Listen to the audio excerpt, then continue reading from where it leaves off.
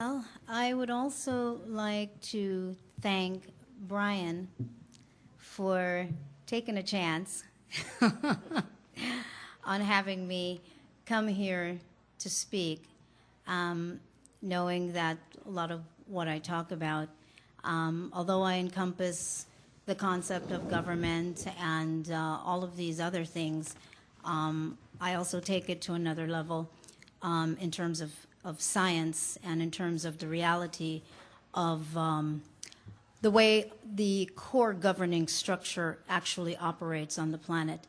And I think until we can take it to that point, what we're going to continue to observe is the surface actions of what is going on.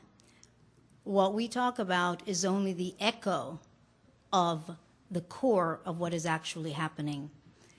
You can't just operate on the echo. You have to go to the core, the root of where that echo is actually coming from.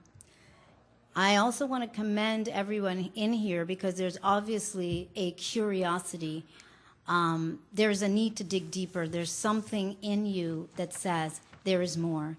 So you're not just here because of the economy and all of the things that appear to be going on, but there is a root curiosity and a need to be more than you have been.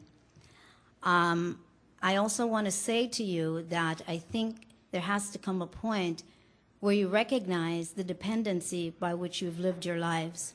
It is this dependency that's actually caused you to be subjected to government. It is that dependency, and you must recognize that that is the enslavement that you've been under. Government, we must understand, why does government exist? Government exists on this level because government allows and makes the limitations possible. Laws exist to limit. We must not forget that.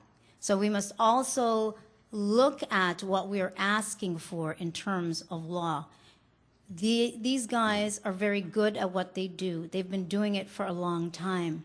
So the trick is always to get you to ask for something, to ask for your own enslavement. So you must pay attention to what it is you're screaming about wanting, because it's very, very tricky. They did it with when we got Social Security. What was offered to the people, they thought it was freedom. But again, the trickery takes you from the concept or illusion of freedom into more slavery. So we must define what freedom is for ourselves. I think we're still very confused about what freedom is. And we get that confused, and so once again, we end up in slavery. So please look at that for your own selves as individuals, not just as a collective. We must examine for our own selves, because in the end, it really is about the individual that really ultimately is the collective. Each one of us is the collective. And so it's important that the change begins inside of you. And then you start getting off of the wheel of the dependency of government.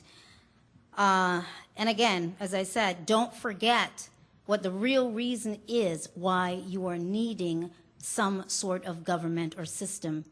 You're trying to create some form of order, okay? That's really what you're asking for. You're asking because